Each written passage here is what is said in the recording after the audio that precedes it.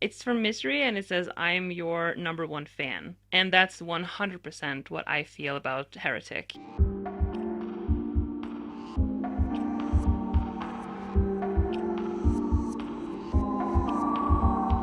Heretic is now one of my favorite movies ever, not just when it comes to horror thrillers, but just in general. It was so clever and so smart, and it really, really makes you think, and I just love those kind of movies. First of all, hi, if you're new here, my name is Frida. I run this channel called Frida Tales, which also is a blog. I am a mainly like horror writer, and I love, love, love horror movies, so this is why you're probably seeing this video right now. I'm in the middle of writing several stories. Right now I have 17 stories that I'm writing on, both long and short. Discussing movies and storytelling in general is something that I am super duper passionate about.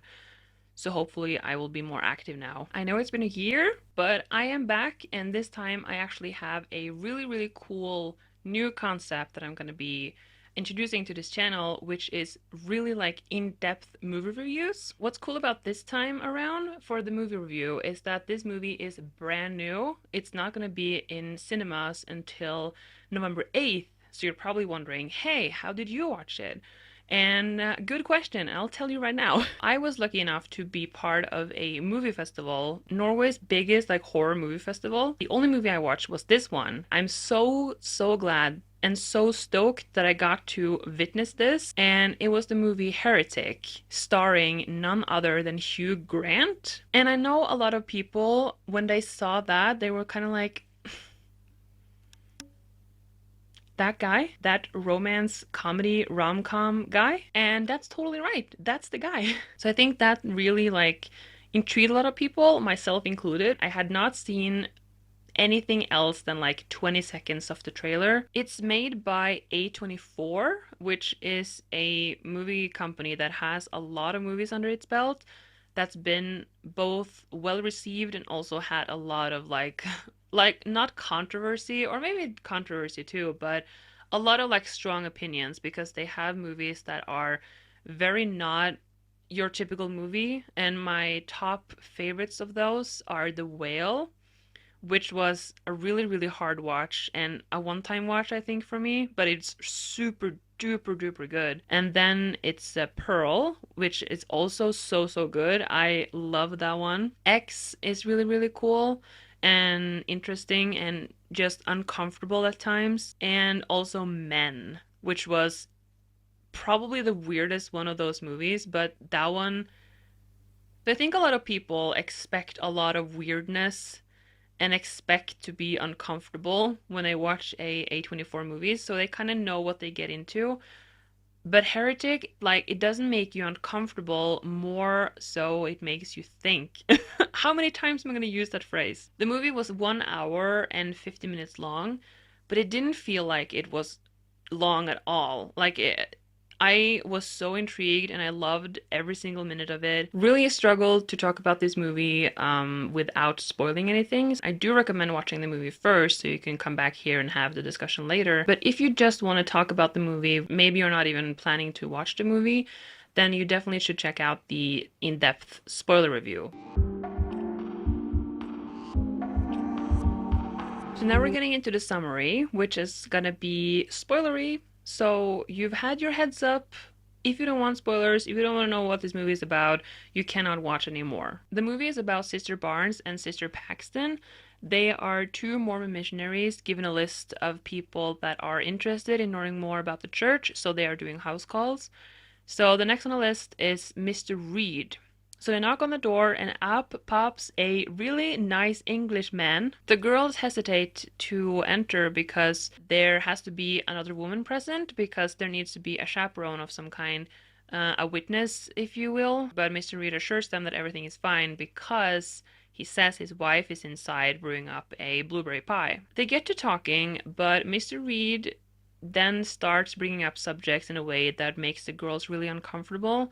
He is like challenging them immediately with religious questions, and he's very like in their face, but he's never rude. But soon Sister Barnes notices that the candle that Mr. Reed lit on the table is a scented one, and the scent blueberry pie. He has prepared for this kind of visit because the main door locks and the girls have no idea how to open it. The girls are then caught in a house with a man without faith, kind of, who is fascinated with other people's faith. So they're left with a choice to leave through one of two doors, one which says belief on it and the other one says disbelief. But it turns out that it wouldn't have mattered anyway which door the girls chose, because both doors lead the same way, which is down into a wet, cold basement.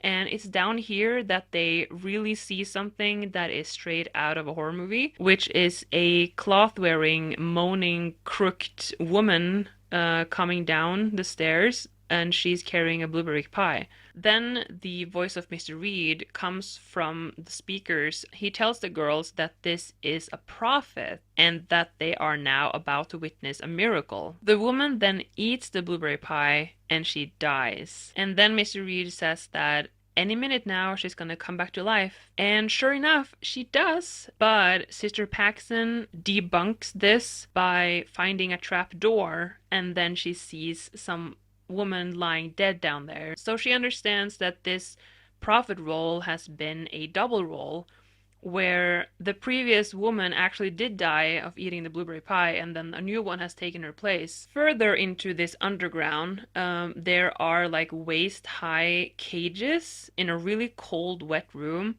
And there are several of these cloth-wearing, trembling women. It turns out that Mr. Reed has been doing this for quite some time, where he has been challenging missionaries, and they've all wound up here.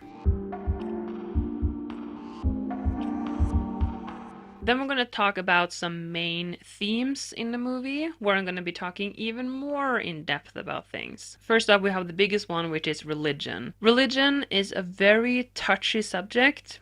And even though if you're not a religious person, I think that you can find enjoyment and entertainment from this movie, because the way it handles this theme is done in a very clever and smart way. I feel like a lot of people are quick to lash out if there is an opinion about stuff, and that makes it really hard and scary to poke your head out again in fear of being misinterpreted or even canceled. And it's in this gray area that this movie like reigns. It's literally the main message of the movie and also on the poster, which is question everything. The metaphors are like very on the nose, and it breaks down religion in a very simple way, and it totally works so good. It really underlines the points that Mr. Reed are trying to make. And at some point, he takes out different versions of Monopoly, and then he says that the newer versions of Monopoly are kind of like the same as new religions coming to just like copy what previous religions have done and just rebranded them in a slightly different packaging, but it's still the exact same. He goes as far as to say that missionaries are salespeople. The point he makes around these things are making the girls really scared, obviously, because they see that, okay, this man, he has some opinions right here, yo, that we cannot really change because he's trying to teach us a lesson here. Mr. Reed also questions the girls about polygamy. Sister Barnes at one point says that one point in time polygamy was a big part of the Mormon church because they needed to up their ranks, but now they don't really delve into that. It's at this point that Mr. Reed sees a small incision in like Sister Barnes' upper arm, and then he understands that this is birth control. He then sees that the girl, at least Sister Barnes, is lying and not being like true to the church and chastity. That's also where I think the title comes in. It's such a good title to use for this kind of movie, because being a heretic is just like saying that someone is like betraying their faith that they say they have, and I feel like here you totally see a heretic in Mr. Reed's eyes. The next theme I want to talk about is comedy. There were so many surprisingly funny elements in this movie, and 98% of it comes from Hugh Grant. He's just a charming guy. He really does excel in the role of smart and like mind game loving Mr. Reed. He loves challenging religions that, in his opinion, has just been copied for millennia, only to be rebranded and, made into money, like cash machines, and a way to control people. But the way he talks to and with the girls is like so chipper. If you were to just like observe him and just look at his rhetoric, he is such a great storyteller, and he's got just like this charisma that is it just really draws you in. Also very fun. The opening scene is of the girls talking about Magnum condoms, which is very out of character, I feel, for someone who is really religious. The words they say around this topic is uttered with a lot of shame. Sister Paxton uses like cover words to hide the fact that she actually knows the true terminology and probably watches porn. So even though this is a funny scene, it really made me feel for the girls because it's obvious that they want to talk about this kind of thing, but they are not allowed to do that because of their faith and their church. The next big one is faith. I gave this its own branch. I could have taken it under religion, but I feel like faith is something, it doesn't have to be religious. To have faith can be just to put trust in your dentist that they won't mess up your teeth.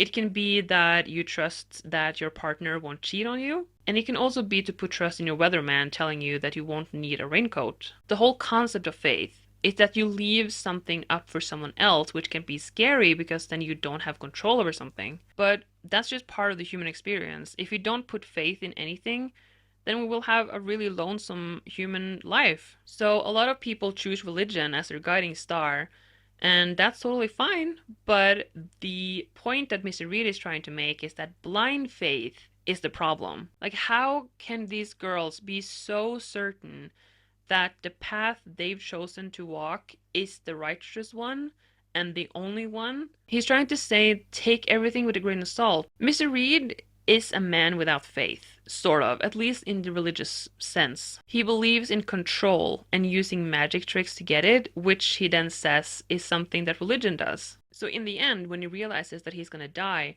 we realize that he, even though he's not a man of religion, is scared of death, which is totally human. And it may look like he actually turns to prayers and religion in the end because we seek comfort when we are distressed, when we are scared.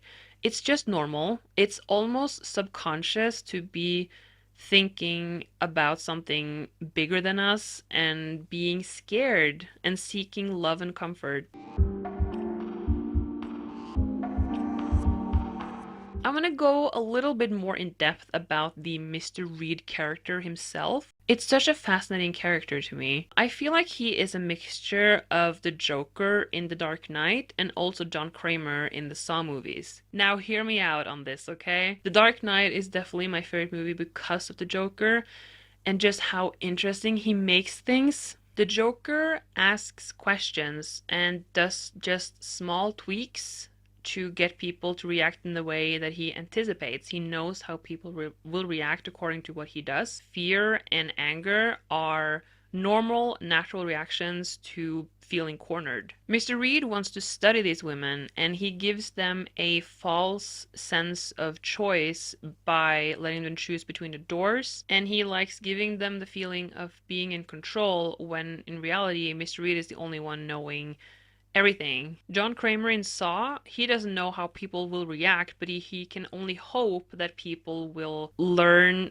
the lesson that he's trying to teach them and that they will come to the right realization and then save themselves. John Kramer chooses his victims carefully, just as Mr. Reed only targets missionaries. Even though you might not agree with what he says, like Sister Barnes is challenging what he's saying and saying that his view on religion is very flawed. Even if you agree with him or not, he just has this presence. He wants the girls to admit that they are spokespeople for a church that is just full of lies. And the way that he comes to that realization and to try to make the girls realize that, it may even make you want to die.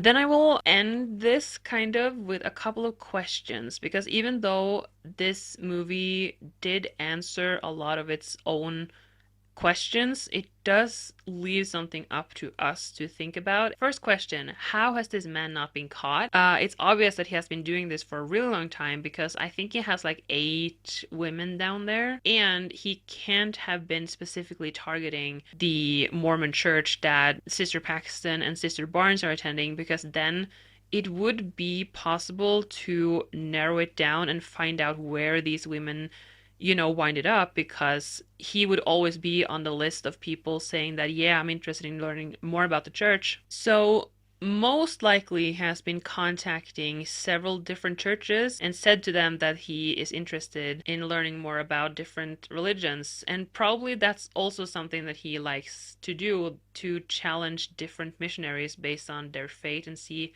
what they choose. Another question I have concerns resurrection. I did start thinking about if Mormons are believers of resurrection, and just a quick search said that they don't really believe in that. That's also something I was questioning, because there is one thing, a major thing happening in the movie that I'm not gonna actually spoil that. The prophet that Miss Reed has in his possession, he says that she's gonna come back to life and then tell them about the afterlife. They're gonna be witnessing a miracle, and then another type of miracle happens, and that's the one thing that I'm not gonna spoil. But that's when I started thinking about resurrection. Sister Paxton also says during a conversation with Miss Reed and Sister Barnes that she wishes to come back as a butterfly. What do Mormons believe in? I don't know. Do they believe in resurrection? Not really. Then why does she want to come back as a butterfly? So that's it. I think I've kind of like been voicing a little bit of the things that I was thinking about when it comes to this movie. So this was really, really fun. Just love writing out my thoughts about movies. We will never come to agreement when it comes to religious views because there's so many out there. I know that these things exists and they're out there. I'm not shocked. It really made me think of it in another way, and that's always fun. So, yeah, that's the end of this spoiler review. I hope you enjoyed, and I hope that you will still be watching the movie because I did leave out some things. I'm hopefully going to be making more when I feel like I really, really love a movie. Bye bye. Thank you for watching again. Number one fan.